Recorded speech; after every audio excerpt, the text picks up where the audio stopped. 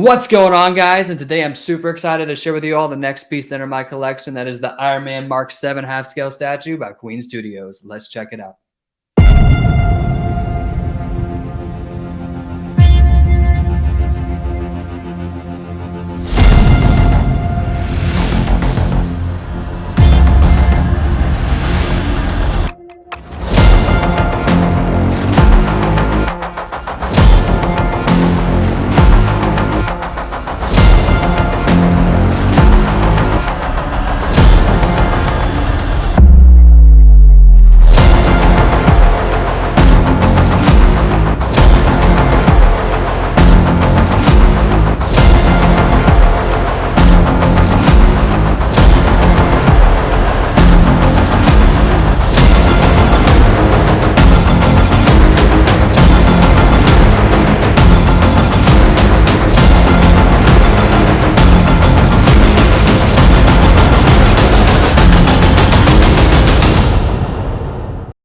Now, first off, I just want to give a huge shout out to my friend Todd at Spec Fiction for sending this guy to me. It's actually my very first half-scale statue I've ever owned, and it definitely did not disappoint. Now, to my surprise, this piece did not arrive in your typical brown shipper statue box. It actually came in this awesome Avengers crate, and what's really cool is all the Iron Man half-scales, just like with their life size and the Hulkbuster, are actually all coming in these crates.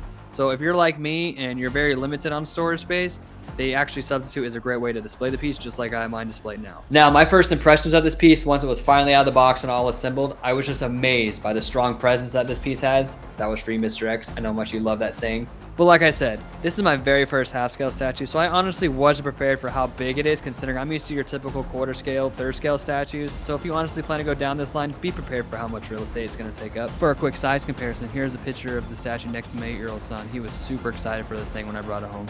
But checking out the base, I'm honestly a big fan of the sub base that this piece comes with, and I really do like the Avengers nameplate up front. But if you are not a fan of nameplates, it is removable, but keep in mind it will leave an ugly eyesore of a hole up front when you're displaying it. So honestly, in my opinion, it's better just to keep it on there. And when it comes to the rocky part of the base, I think a lot of the paint falls flat, to be completely honest. A lot of it doesn't look like rock, and it more looks like clay. And I really feel like Queen Studios could have done a better job with that one. But to be completely honest, the statue itself is the star of the show. So when somebody walks in the room, they're not going to be looking at the base. They're going to be drawn to how nice the statue itself looked. So I can look past it, but I really do believe Queen Studios could have done a better job on that one. So hopefully in the future, with future pieces, they put a little extra work into the base itself. But what I love the most about statues this size is the amount of detail these companies are able to add to, unlike with your traditional quarter scale statues. The mechanical feel they were able to give this piece with the really good detail they added to his underarm area, and then those flaps in the back of his legs, I find to be very impressive.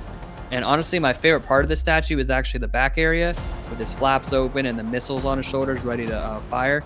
The only downside is it's in the back of the statue, so you're honestly never going to see it, but it still is very impressive.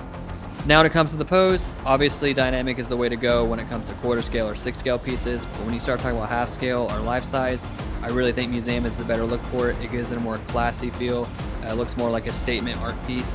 But with this piece, I think they did a good job combining the two. It has a nice museum classy feel to it, but also is a little dynamic and tells a little bit of a story with the way its arms out ready to fight with the missiles. So I gotta give Queen Studios props for that one. I'm a big fan of how they did the pose in this piece. Now, other than that, there are a few messy paint apps here and there throughout the piece that I think could have been a lot better, but at least they're in places you're never gonna see when it's displayed. So I guess I can look past it.